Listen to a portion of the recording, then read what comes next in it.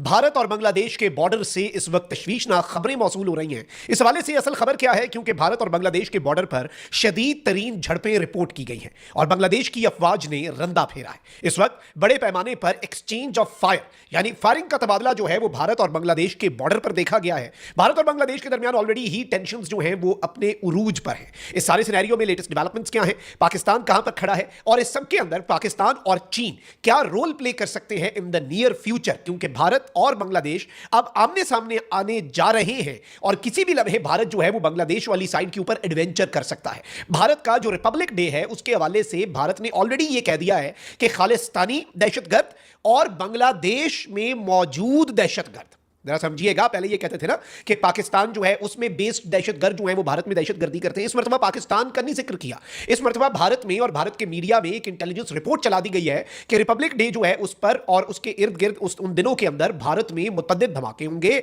और Bangladesh based terror outfits. वो क्यों? कहीं भारत अब ऑपरेशन सिंधु 2.0 पाकिस्तान वाली साइड पर तो हिम्मत नहीं कर पा रहा ना। फिर की थी 1-2-3 महीने पहले दोबारा कि भाई हम दोबारा से कुछ करें, लेकिन फिर बैठ गए झांक की तरह। तो क्या बांग्लादेश वाली साइड पर करने जा रहा है और ये बॉर्डर झड़पें क्यों इंपॉर्टेंट है, इसे भी डिस्कस कर लेते हैं। लेकिन इस सारे के सारे सिनेरियो में नाज़रीन इकराम सबसे इंपॉर्टेंट चीज जो है वो ये है कि होने क्या जा रहा है और पाकिस्तान का रोल जो है वो अहमियत इख्तियार करता जा रहा है। उससे पहले मैं सारी डिटेल्स आपके सामने रखता हूं, लेटेस्ट बॉर्डर हैपनिंग्स भी। लेकिन अगर अभी तक आपने इस वीडियो को लाइक नहीं किया, लाइक जरूर कर दें। आपके लाइक्स और कमेंट्स हमारे लिए बहुत ज्यादा इंपॉर्टेंट है और आपको मालूम है कि भारत, अफगानिस्तान और पाकिस्तान मुखालिफ मुतअद्दिद अकाउंट्स की तरफ से हमारे यूट्यूब चैनल को रिपोर्ट किया जा रहा है। इस रिपोर्टिंग का असर जाहिर करना आपके हाथ में है। लाइक करें एक के बजाय ज्यादा कमेंट करें ताकि ज्यादा लोगों तक हमारी ये आवाज जो है ये पहुंच सके। नाज़रीन इकराम, इस वक्त जो सिनेरियो है उसमें आपको पता है कि बांग्लादेश और इंडिया के दरमियान जो टेंशन्स हैं वो बहुत ज़्यादा बढ़ चुकी हैं। इवन एंटी इंडिया जो प्रोटेस्ट हुए हैं अभी रिसेंटली, जो बांग्लादेश के स्टूडेंट लीडर की शहादत है उसके बाद, और भारत को ये पता लग गया है कि बांग्लादेश इस वक्त कहाँ पर खड़ा है। अभी बांग्लादेश जो है उसने भारत में इवन जो क्रिकेट है वर्ल्ड कप वो खेलने से इनकार किया है, भारत उसे होस्ट कर रहा है। और पाकिस्तान ने भी ये फैसला किया कि अगर बांग्लादेश के रिजर्वेशंस दूर नहीं होते, बांग्लादेश के खिलाड़ियों की सिक्योरिटी कंसर्न्स हैं और ऐसा कुछ होता है तो पाकिस्तान पूरे टूर्नामेंट का बायकॉट करेगा। अपने दोस्त मुल्क, अपने बरादर मुल्क बांग्लादेश के साथ पाकिस्तान खड़ा होगा। अभी बांग्लादेश को इस बात का भी इदराक है कि क्योंकि भारत की बड़े अरसे से आदत थी, हसीना वाजिद ने आदतें खराब की हुई थी और भारत को तो ये आदत थी ना कि बांग्लादेश भारत की प्रॉक्सी बन जाए, इंडिया की एक कॉलोनी बन के रहे। अब बांग्लादेश आंखें दिखाएगा या बांग्लादेश आंखें भी नहीं दिखा रहा, बांग्लादेश लड़ना नहीं चाहता। बांग्लादेश कह रहा है हम आज़ाद पॉलिसी लेकर चलेंगे, हमारी फॉरेन पॉलिसी इंडिपेंडेंट होगी इंडिया के इन्फ्लुएंस से। इंडिया से ये बात हजम नहीं हो रही और बांग्लादेश को पता है कि इंडिया ने इस सब के अंदर कोई ना कोई घटिया हरकत करनी है। बांग्लादेश और इंडिया का बॉर्डर अब एक एक्टिव बॉर्डर जो है वही कंसिडर होता है, ये याद रखिएगा। इससे पहले ये एक फ्रेंडली बॉर्डर के तौर पर ट्रीट होता था, लेकिन अब ये एक एक्टिव बॉर्डर है इंडिया के लिए। खैर तीसरा फ्रंट है बांग्लादेश वाला और इंडिया को लग रहा है पहले जैसे इंडिया एक बड़क मारता था ना कि हमारा मुकाबला तो चाइना से है, पाकिस्तान को तो जब दिल करेंगे हम रगड़ देंगे। मई 2025 में देख लिया कि खुद रगड़ा गया। अब इंडिया को ये लग रहा है कि दो महाजों पे तो हमने फेंटा खाना है और खा चुके बैटल ऑफ गलवान और पाकिस्तान के साथ मई 2025 के क्लैशेस में, तो क्यों ना एक और महाज खुला जाए। वो इन्हें सूट भी कर रहा है क्योंकि वहां पे भी मुस्लिम्स हैं। बांग्लादेश एक मुस्लिम कंट्री है और मुसलमानों के खिलाफ एक सेंटिमेंट, हेट वो पहले से ही बीजेपी आपको पता है एक बीज बो चुकी है। तो अब घुस के वार करने वाली जो चीज़ है वो बांग्लादेश के ऊपर भी इंप्लीमेंट कर सकते हैं, क्योंकि इंडियन मीडिया ने लगातार ये रिपोर्टिंग की कि भारत के बड़े शहरों को हाई अलर्ट पे डाल दिया गया। अब इस चीज़ को आपने ज़हन में रखना है और ये बैकग्राउंडर है। एक तरफ तो बांग्लादेश इन चीज़ों को पहले से समझ के ही पाकिस्तान के साथ और चीन के साथ बहुत से दिफाई मुआहदे कर चुका है। इवन अभी जो फाइटर जेट्स हैं चाइना से बांग्लादेश लेने जा रहा है, पाकिस्तान के फाइटर जेट्स में बांग्लादेश ने इंटरेस्ट दिखाया है। फिर जो डील हुई है कि बांग्लादेश के जितने टैंक्स हैं बॉर्डर के ऊपर जो बांग्लादेश यूज़ करेगा उन्हें जो पाकिस्तान का हैवी इंडस्ट्रीज टेक्सला हैं वहाँ पर उन्हें रीवैम्प किया जाएगा, उनकी मॉडर्नाइजेशन पाकिस्तान आर्मी करेगी और पाकिस्तान के एक्सपर्ट्स करेंगे। इवन जब पाकिस्तान के जॉइंट चीफ जो है वो बांग्लादेश गए तो उस वक्त भारतीय मीडिया ने यहाँ तक खबरें चलाई कि उन्हें बांग्लादेश भारत बॉर्डर तक का विजिट करवाया गया। 7 सिस्टर स्टेट्स के करीब जो एयरबेस है उसके हवाले से भारत को बड़े कंसर्न्स हैं कि कहीं पाकिस्तान और चाइना यहाँ से मिलकर बांग्लादेश को यहाँ पर, ऑब्वियसली बांग्लादेश अगर पाकिस्तान और चाइना के साथ अपनी डिफेंस कॉपरेशन बढ़ाता है तो भाई इसमें इंडिया को कोई हर्ज नहीं होनी चाहिए। लेकिन इंडिया की हरकतों की वजह से ही बांग्लादेश अपनी डिफेंस स्पेंडिंग भी बढ़ा रहा है, क्योंकि बांग्लादेश को पता है कि वहाँ पर कुछ ना कुछ इंडिया एडवेंचरिज्म करेगा।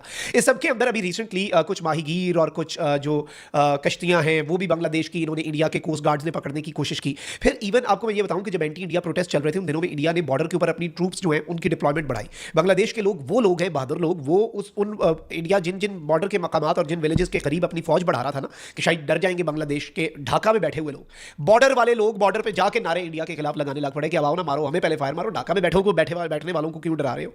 तो ये एक बेसिक चीज़ है। अच्छा, इनिशियल मिशेल नाज़ीर इकराम टैक्टिकल ट्रिब्यून ने कहा कि heavy exchange of fire has been reported between Bangladeshi troops and Indian backed militants at Sylhet border. ये अगर मैं इसे प्रोनाउंस ठीक कर रहा हूं। अच्छा, इसमें इनिशियली ये इन्फॉर्मेशन शुरू में तो वैसे सोशल मीडिया के ऊपर ये खबर चली और मैंने वेट किया कि मैं इसे वेरीफाई करूं और मुख्तलिफ सोर्सेज से देखूं। इनिशियली ये खबर चली कि भाई चूंकि देखें अब बॉर्डर है, पाकिस्तान इंडिया का बॉर्डर है, वहां पे आपको अन्य वाह फायरिंग की आवाजें आना शुरू हो जाए तो पहला परसेप्शन यही आएगा और पहली खबर इनिशियली आएगी कि दोनों साइड्स पर जो ट्रूप्स हैं उनकी तरफ से एक्सचेंज ऑफ फायर हो रहा है। लेकिन बाद में ये खबर मिली कि बेसिकली बॉर्डर जो है वहां पर एक खबर ये आ रही है कि स्मगलर्स जो हैं, जो स्मगलिंग करते हैं, वो बेसिकली बांग्लादेश के अंदर इन्फिल्ट्रेट करने की कोशिश कर रहे थे गैर कानूनी तौर पर। कहां से फिर इन्फिल्ट्रेट कर रहे थे? इंडिया से।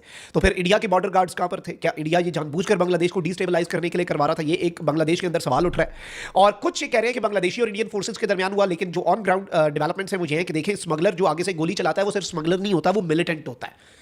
जो किसी मुल्क की फौज के ऊपर बॉर्डर पर गोली चलाता है वो दहशतगर्द होता है।